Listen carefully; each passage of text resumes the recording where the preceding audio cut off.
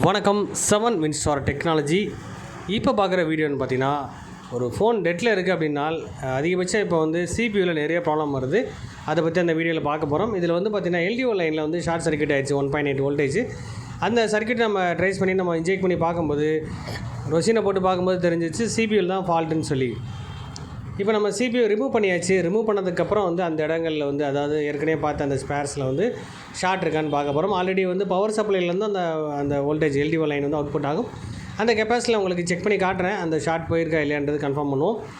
இந்த இடத்துல பாருங்கள் வேல்யூ வர ஆரம்பிச்சிருச்சு, ஷார்ட் போயிடுச்சு. அப்போ பிரச்சனை வந்து பார்த்திங்கன்னா ஐசி தான் ப்ராப்ளம் சொல்லி தெரிஞ்சுக்கணும். ஐசி ரிமூவ் பண்ணதுக்கப்புறம் ஷார்ட் போயிடுச்சு. இருந்தாலும் நம்ம ஐசியை ஃபிக்ஸ் பண்ணி பார்க்கும்போது என்ன மாதிரி ரியாக்ட் ஆகுதுன்னு தெரிஞ்சுக்கணும். அதே மாதிரி ஐசியில் எப்படி ஷார்ட் ஆகும், ஐசி ஷார்ட் ஆனால் என்ன பண்ணலாம், வேறு ஐசி எப்படி சிபியூ சேஞ்ச் பண்ணுறது எப்படி, அல்லது சாஃப்ட்வேர் எப்படி போடலாம், இதை பற்றி விஷயங்கள் தெரியும்னா நம்ம கிளாஸை நீங்கள் ஃபாலோ பண்ணலாம், ஈஸியாக தெரிஞ்சுக்கலாம். அதே மாதிரி நம்ம சேனலை சப்ஸ்கிரைப் பண்ணுங்கள், பெல் பட்டனை மறக்காமல் கிளிக் பண்ணுங்கள். Thank you friends.